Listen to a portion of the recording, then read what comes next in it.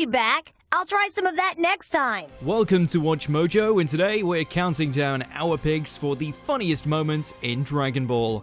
What's wrong with people like you? Number 10, Dancing for Beerus. Dragon Ball Z Battle of Gods. Now it's time for the main event of Bulma's birthday, the Bingo Tournament! Bingo! When Beerus lands on Earth in Battle of Gods, there's only one character who's truly aware of his power. Vegeta and Beerus go way back, so when the God of Destruction gatecrashes Bulma's birthday party, Vegeta does all he can to keep him happy. Watching the proud Saiyan prince as a nervous wreck is already a treat, but when Beerus is hit by a stray bullet and immediately decides to destroy the planet, he completely throws away whatever pride he has left. Bingo! Okay, he's been drinking more than Gohan. My time, Bingo! Ha! Vegeta performs a song and dance routine about the upcoming bingo tournament to the utter confusion of everyone present and the delight of watching fans. I couldn't have made a bigger fool out of myself, but it appears to have worked for now. Number 9, Cell vs. Mr. Satan, Dragon Ball Z. Especially considering the embarrassing situation you're in. By now, Mr. Satan has been humbled in the ring so many times, he could have his own list. But the very first humbling at the hands of Cell was both hilarious and satisfying at the same time. Ahead of the Cell games, Hercule introduced himself as all ego and smack talk. As he finally stepped into the ring with smug overconfidence, fans found themselves in the unfamiliar position of wanting Cell to win a fight. Oh, it looks like Cell is getting worried. But then again, who wouldn't after seeing such an amazing display of power? With the eyes of the world watching, Cell swatted Mr. Satan straight into a cliff. The characters later quote-unquote wins against Android 18 and Goku, now fun in their own ways, but we needed this one. And now for my finish! Number 8, Yamcha's Baseball Death, Dragon Ball Super. Aim at my chest, Piccolo, and try not to add any spin! Episode 70 of Dragon Ball Super focuses on a baseball game organized by rival Gods of Destruction. What could go wrong? Well, besides Goku and Vegeta getting too competitive, taking their rivalry to the field and almost tearing a hole in the planet, Yamcha is drafted by Beerus for his surprising baseball skills. In the final moments of the game, Yamcha makes a run for base, but ends up lying face down in a crater when his opponents use all of their power trying to stop him. The visual is a very meta reference to Yamcha's pathetic death in the Saiyan saga, but hey, at least he made the run.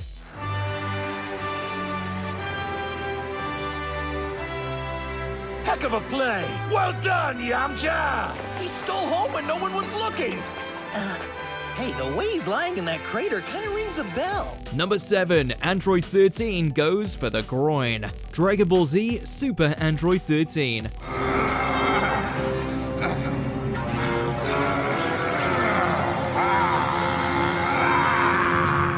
Super Android 13 is one of the most brutal villains to feature in the non-canon Dragon Ball Z movies. After absorbing androids 14 and 15 and reaching his ultimate form, 13 breaks Vegeta's back and stamps on Piccolo's face, but only after a devastating blow to Goku's, how should we say, Dragon Balls?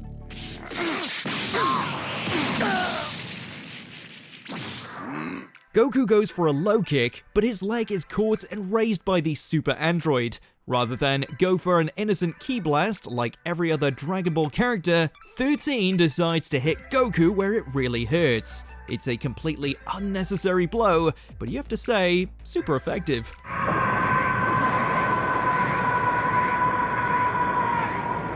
Number 6, Vegeta vs. a punching machine.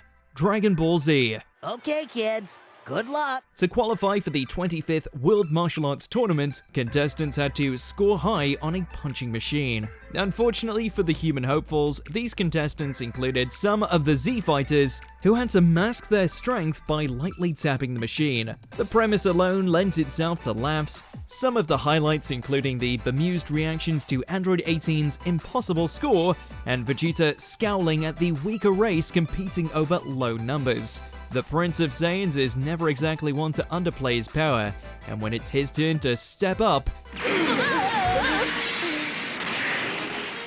he destroys the machine in a single blow. So much for restraining. Number 5, Goku doesn't know what kissing is. Dragon Ball Super. Not why? You're married and have children. Yeah, duh, but what's that have to do with kissing? Oh, no way. Goku has never exactly been the sharpest tool in the box when it comes to matters of intimacy.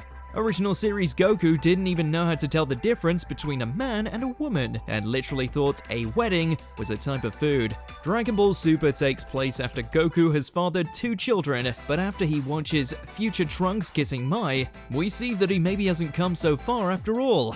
Goku is baffled at watching 2 people put their mouths together like that, but not as baffled as Vegeta, who can't believe he has never kissed his wife. Confirmed, Vegeta is a better husband than Goku. No, tell me, is that like something people do? Number 4, pink shirts. Dragon Ball Z. Not a variety of flour? Vegeta was first introduced as an out-and-out villain, and despite some sympathetic moments in between, still ended the Frieza saga as a threat to be taken seriously. At the start of the next arc, however, the Saiyan Prince is immediately stripped of his pride and masculinity after landing on Earth without a change of clothes. What's that awful smell? Oh, it's you. When's the last time you bathed there, bud? You need a bath. Please, this way. Bulma chooses a bright pink shirt for him with the word "badman" stitched on the back, which does a better job of humanizing Vegeta than anything that happened on Namek, and sets up some truly memorable dialogue exchanges. We think she picked out this iconic shirt on purpose. Oh, that guy just pointed his finger and Kakarot fell down! Number 3, Vegeta finally beats Goku. Dragon Ball Super Superhero.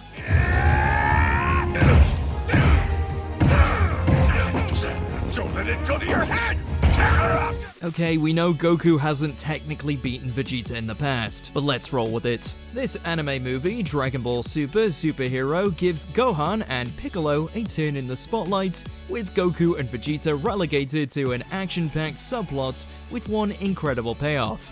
While Dr. Hedo's androids wreak havoc on Earth, the Saiyan duo agree to a friendly sparring match with no transformations or ki blasts. As we check in throughout the movie, we see they are fairly evenly matched, but a winner is declared in a memorable post-credits scene.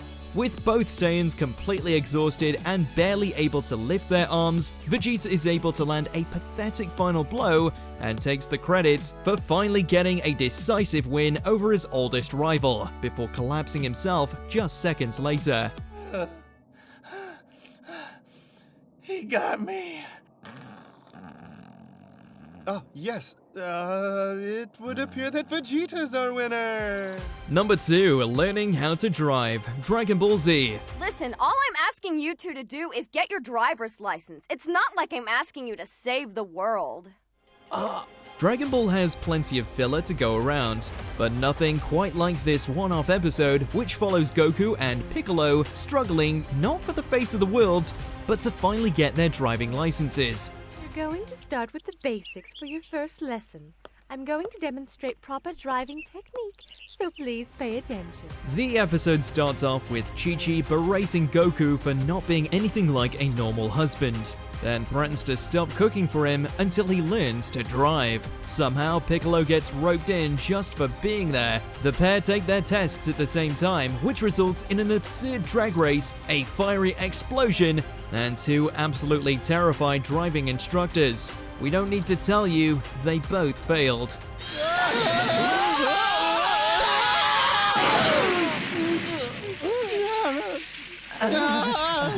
Before we continue, be sure to subscribe to our channel and ring the bell to get notified about our latest videos. You have the option to be notified for occasional videos or all of them. If you're on your phone, make sure to go into your settings and switch on notifications. Number 1, Krillin throws a rock. Dragon Ball Z. I bet he can sense everything that's going on for miles. Ahead of the Cell games, Goku and Gohan come out of the hyperbolic time chamber as permanent Super Saiyans and immediately decide to take a few rest days. This leaves the other Z fighters to wonder what new powers they've awakened. Joining the father and son duo as they relax by a quiet pond, Krillin thinks this new Goku must be so aware of his surroundings that he's pretty much untouchable even while he sleeps. As Goku peacefully drifts off in the grass, Krillin tests his theory by throwing a rock at his oldest friend. And watches as it hits the Saiyan square in the face. Goku is not amused, but it's so out of the blue, we can't help but find it hilarious. Which moments did we miss? Let us know in the comments which times Dragon Ball made you laugh out loud.